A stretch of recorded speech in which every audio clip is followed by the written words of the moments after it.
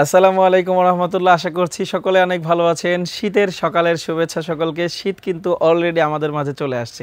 এতদিন বলছিলাম আপনাদেরকে শীত কিন্তু চলে আসবে। অলরেডি শীতটা চলে আসছে।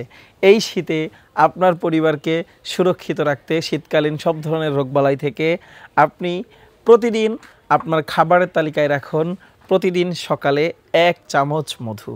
প্রতিদিন সকালে 1 চামচ মধু খেলে কি হবে জানেন?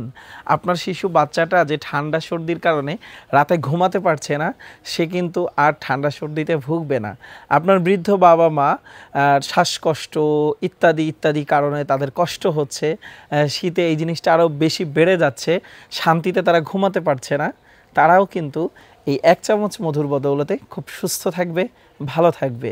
আপনি নিজেও বাইরে থেকে খাটাখাটনি করে ক্লান্ত হয়ে বাসায় ফিরছেন, অথবা আপনি বাইক ড্রাইভ করছেন, বাতাস লাগছে, সেটার কারণে আপনার গলা বসে যাচ্ছে, আপনার ঠান্ডা সর্দি লেগে যাচ্ছে, 1 চামচ মধু নিয়মিত যদি আপনি খান তাহলে কিন্তু এই সমস্ত রোগ থেকে স্বয়ং আল্লাহ তাআলা আপনাকে প্রোটেক্ট করবেন ইনশাআল্লাহ।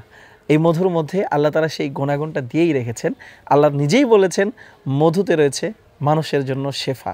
এই প্রাকৃতিক ন্যাচারাল আল্লাহ প্রদত্ত শেফা নেওয়ার জন্য প্রতিদিন সকালে আপনি আপনার বৃদ্ধ বাবা মা এবং আপনার শিশু সন্তানকে 1 চামচ করে মধু খাবার খেতে দিন। ভালো থাকবেন। আসসালামু আলাইকুম।